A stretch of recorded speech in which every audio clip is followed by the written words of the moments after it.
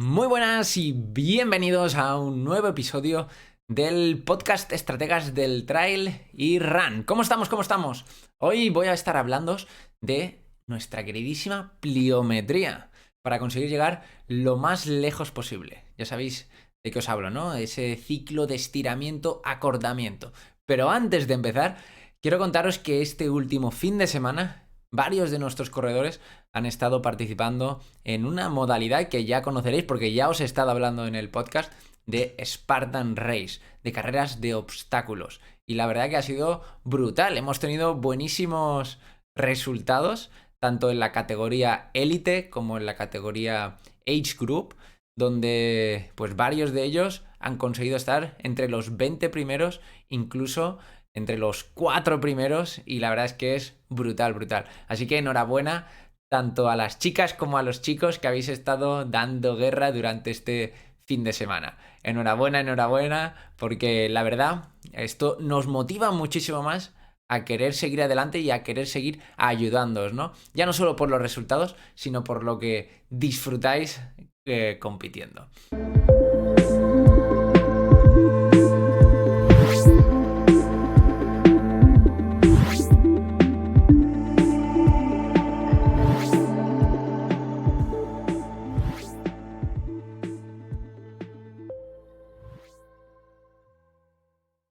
Y bueno, vámonos al tema de hoy. Vámonos a esta parte del entrenamiento pliométrico, ese también conocido como CEA, o sea, ciclo de estiramiento-acortamiento, que al final, para los que no lo conozcáis, significan acciones excéntricas seguidas de acciones concéntricas, ¿no? Es como si estuviéramos alargando el músculo mediante una aplicación de tensión para acortarlo rápidamente. ¿Qué es esto, Chim? O sea, a ver, ¿cómo puedo entender esto de forma sencilla? Pues muy sencillo, es como si estuvieras realizando saltitos, ¿vale? Y eso es la pliometría, básicamente, en la forma más simple de explicarlo, ¿no? Tal vez conozcas el ejercicio de skipping, pues justamente esto que sucede con los pies es lo que significaría la pliometría. Es un tipo de ejercicio que se realiza de forma constante en los corredores y que muchas veces nos olvidamos. Y ya no solo cuando estamos corriendo, sino simplemente los boxeadores lo utilizan, la gente que realiza halterofilia, la gente que hace saltos, todas esas personas utilizan este tipo de movimiento, ¿no? ¿Y para qué utilizaremos nosotros cuando estemos enfocados en el entrenamiento de fuerza? Porque este es uno de esos apartados que a muchos nos gustan, pero sin lugar a dudas es muy interesante. En el caso de la pliometría, el objetivo de realizar este tipo de entrenamiento va a ser la mejora de la potencia y, sin lugar a dudas, la economía de la carrera. También siglas, ¿no? Yo os digo lo de las siglas muchas veces porque por si algún día leéis algún tipo de estudio un poquito más técnico y tal, para que sepáis qué significa, ¿no? A mí es una parte de cuando leo estudios que me molesta mucho al principio cuando no entendía qué puñeta significaba esto, ¿no? Digo, EC. Y además escribe en mayúscula la E y la C en minúscula. Y hasta que no lo conseguía saber, claro, tardase un ratito, ¿no? Y sentía ahí siempre curiosidad. ¿Y cuándo vamos a trabajar este tipo de movimiento, no?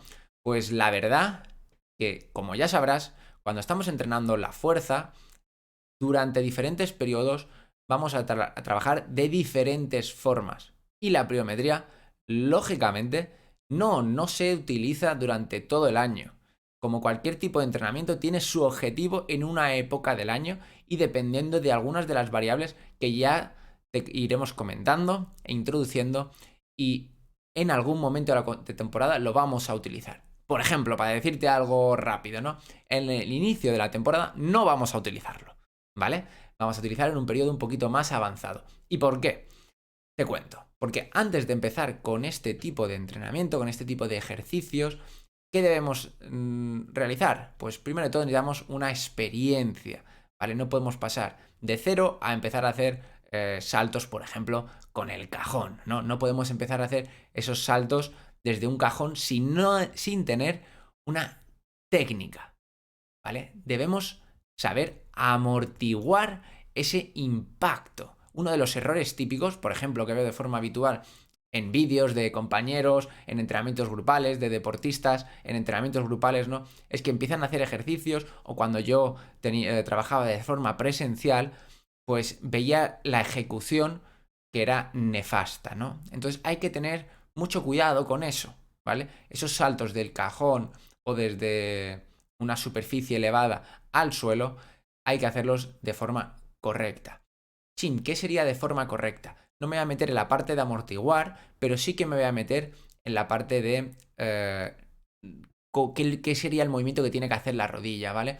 Si tú te pusieras delante de un espejo o si te pusieras a grabar a cámara lenta, la rodilla no puede caer ni tanto al interior ni irse a la parte exterior, ¿no? Tiene que realizarse un movimiento bastante lineal en la cadera, rodilla y pie, que esto ya te lo he repetido en otros anteriores podcasts, ¿no? Que es muy importante que haya un movimiento que sea recto, ¿vale? Que la rodilla tiene un solo eje, entonces tenemos que utilizarlo de esa forma, ¿vale? Entonces, siguiente apartado, aprendizaje de la técnica, debemos amortiguar bien.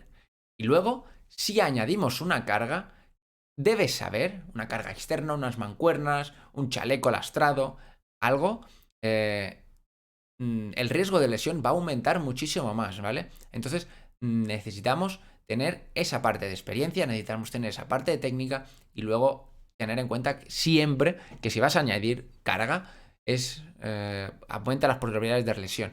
Entonces, ¿a qué significa esto? Que si llevas un mes, 2 meses, 3 meses realizando ejercicios pliométricos, no es interesante que empieces a aumentar la carga, ¿vale? Y sí o sí, antes de empezar, necesitamos una fase de acondicionamiento muscular general.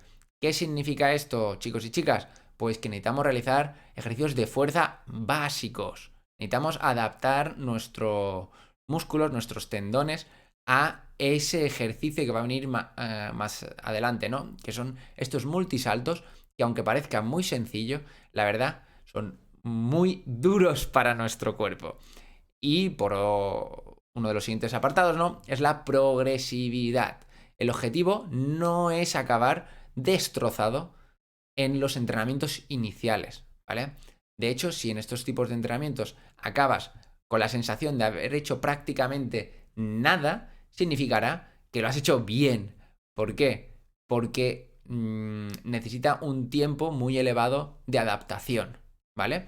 Al final es como la parte de empezar a correr, ¿no? Realmente correr es un ejercicio pliométrico, es de forma constante realizar esos saltitos, ¿no? Y se necesita una progresión, por eso siempre que empieces a correr debes hacerlo caminando y corriendo. Da igual que tú hayas estado haciendo antes 100 kilómetros, 50 kilómetros.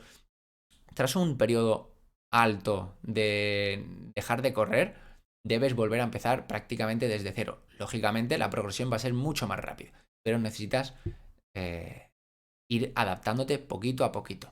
Y por último, antes de empezar, tienes que recordar que necesitamos descansos elevados en este tipo de entrenamientos. Descansos de alrededor de 48-72 horas entre sesiones.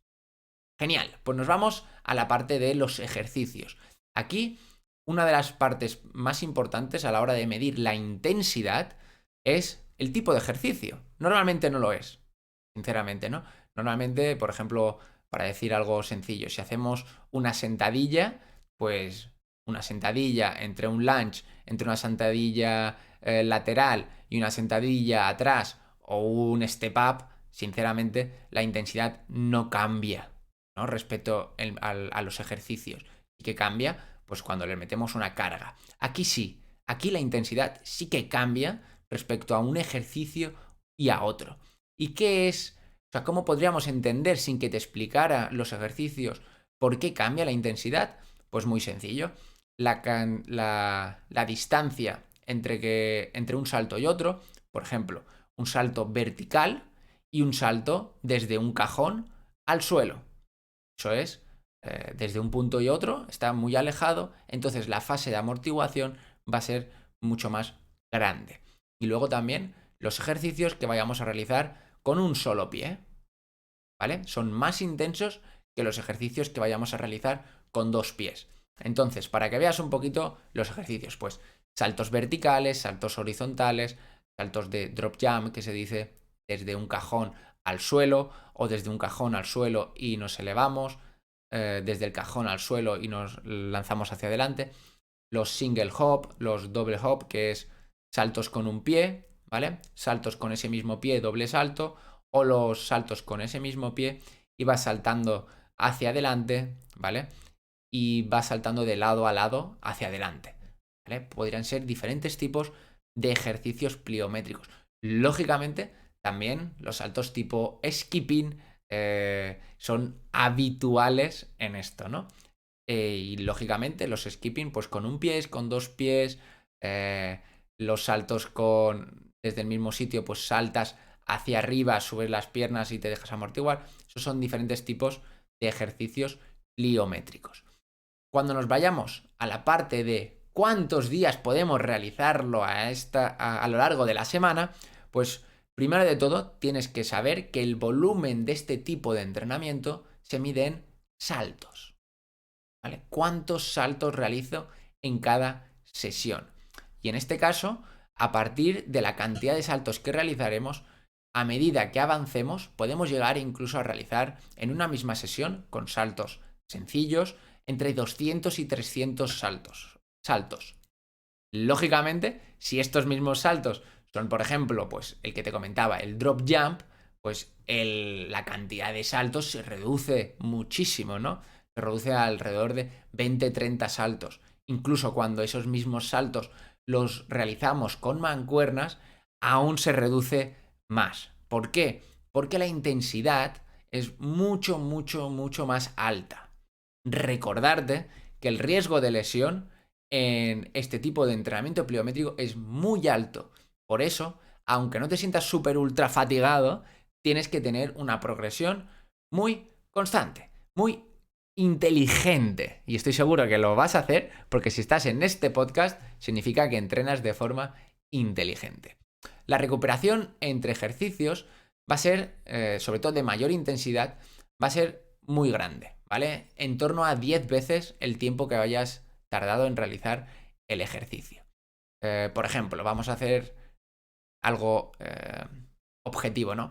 Si fuera hablamos del ejercicio de skipping, podemos realizarlo entre 2 y 3 veces a la semana en la mayor parte de todos vosotros, la mayoría de vosotros. Y al menos estaríais realizándolo 2 meses aproximadamente. Por otro lado, los saltos desde un cajón, al ser corredores, máximo lo realizaremos 1 o 2 sesiones máximo a la semana. Y sobre todo en periodos muy concentrados. Y para acabar, quiero decirte que el entrenamiento pliométrico es muy, muy, muy efectivo, pero a la vez es muy, muy, muy lesivo. O sea, de verdad, es absolutamente lesivo. Entonces, tienes que tenerlo muy en cuenta a la hora de realizar este tipo de entrenamientos, ya que si te pasas de rosca, te aseguro que te vas a lesionar. Lo he visto de forma muy frecuente, ¿no? Al final, como se dice, ¿no? Un gran poder conlleva una gran responsabilidad. Y este tipo de entrenamiento, sin lugar a dudas, lo es. Hay que utilizarlo de forma responsable porque sobre todo las personas que estén comenzando, las personas amateurs, puede causarles molestias. Y este tipo de molestias pues te pueden dejar fuera de juego durante una temporada. ¿Vale? Es muy común tener, por ejemplo, fascitis plantar a la hora de realizar este tipo de ejercicio, que tengas lesiones de posperiostitis. Eso es muy común por ese impacto que sufre nuestro cuerpo, ¿vale? Sin lugar a dudas, la parte importante es la que te estaba comentando antes, la fase de amortiguación.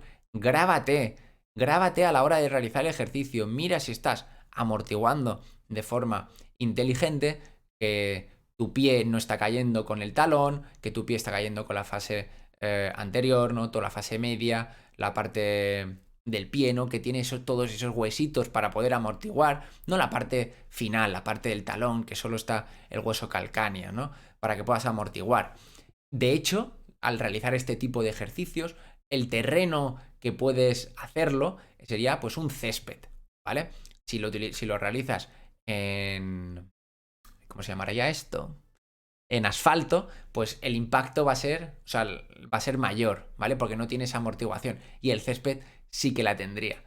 Lógicamente, a medida que vas pasando, puedes incluso realizar este tipo de entrenamiento sin zapatos.